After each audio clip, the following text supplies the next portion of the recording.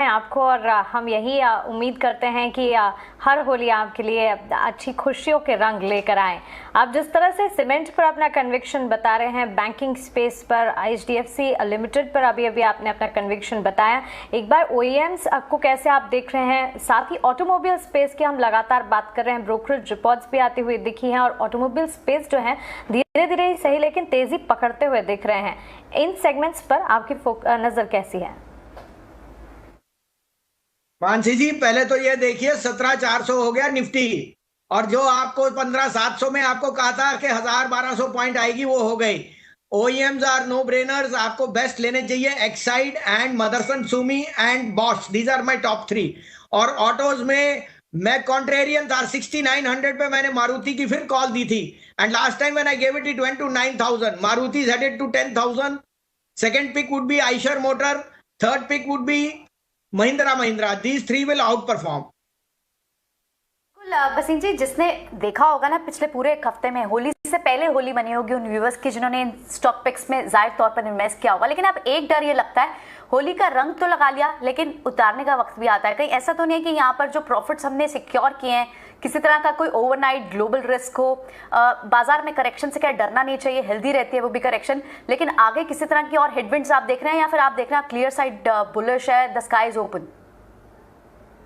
Priyanka, profit booking तो जरूर आएगी, लेकिन देखिए जो सबसे बड़े सेलर्स थे जिन्होंने 15,700 किया, वो अब आपको 17,300 के ऊपर रोज बायर्स दिखेंगे। Okay, so remember, it is a very old adage, FI sell weakness, they sell at the lows and they buy at the highs. It's an ordinary trade. आपको ये सीखने के लिए बहुत समय लगेगा। मैंने कर रखा है काम for डॉइचे bank and so on, तो इसलिए मैं बता रहा हूं। अब जब आप ऊपर की तेजी देखोगे तो एफआईज बायर होंगे और लोकल इंस्टीट्यूशन प्रॉफिट बुकिंग करेंगे, और उस कारण से कैन बी वॉलेटिलिटी।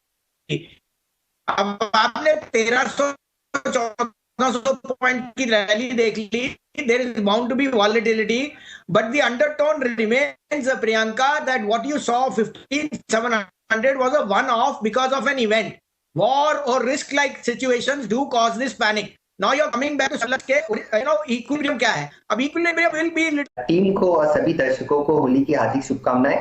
देखिए, इससे बेहतर शुरुआत मैं कहूंगा नहीं हो सकती थी इसने बड़े फेस्टिवल सीजन के दिन, और जिस प्रकार से आज के सेशन में एक गैप के साथ ओपन हुए हैं, दो इंपॉर्टेंट चीजें आज के सेशन में डेवलप होती हुई नजर आ रही है। सबसे पहले जो काफी समय से एक ओवरहैंग था 200 डीएमए का, वो पार होता हुआ नजर आ रहा है। साथ ही साथ ठीक एक महीने पहले हमने एक बेरिश गैप के साथ स्ट्रक्चर ब्रेक किया था डाउनसाइड में, तो गैप फील होता हुआ नजर आ रहा है और उस गैप को फील किया है विद अनदर गैप, तो एक ब्रेकअवे गैप अगेन हम स्पॉट कर रहे हैं।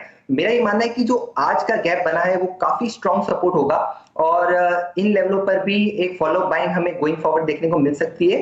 जो एक्सपायरी की आज की रेंज है वो मेरे ख्याल से 17,250 से 17,350 के बीच में होनी चाहिए, बट आने वाले सप्ताह में 17,500 के स्तर निफ्टी छूता हुआ नजर आ सकता है, तो इन लेवलों पर और थोड़ी सी गिरावट पे निफ्टी में खरीदारी की जा सकती है। 17,180, 175 जो आज का लो है स्पॉट की मैं बात कर रहा हूँ, उन्हीं लेवलों के आसपास का स्टॉप लॉस मेंटेन करें और करंट लेवल पे और थोड़ी सी गिरावट हो तो थोड़ा रिस्क एंड रिवॉर्ड जो है वो फेवरेबल होता हुआ नजर आएगा। 17,500 के टारगेट को ध्यान में रख के निफ्टी में खरीदारी की जा सकती है।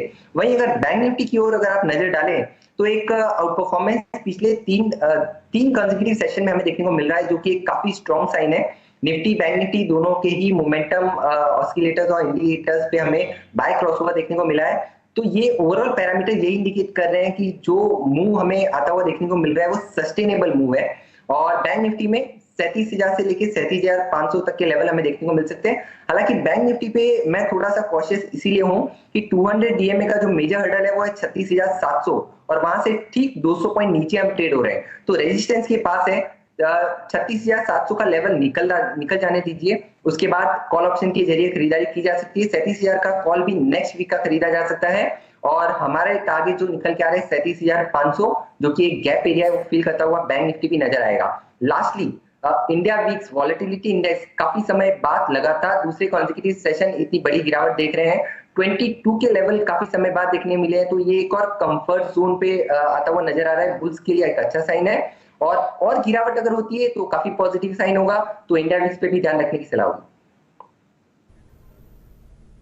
ओके, इंडिया विक्स पे ध्यान रखने की सलाह आपको दी गई है, लेकिन हाँ, निफ्टी बैंक थोड़ा रेजिस्टेंस के पास, और निफ्टी यहां पर आप लॉन्ग लेके जा सकते हैं, और जो 17,500 के टारगेट्स हैं वो यहाँ पर दिखेंगे। अगर नहीं, अगर कोई भी आपको बिकवाली मिलती है, गिरावट मिलती है, तो आप वहां पर खरीदारी कर सकते हैं।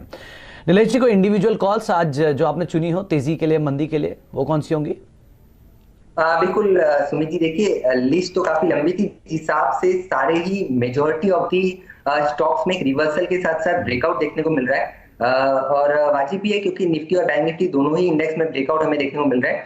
तो कुछ स्टॉक्स हमने चुने हैं जो हमें काफी अच्छे लगते हैं। सबसे पहले होगा अडानी पोर्ट। इस पर्टिकुलर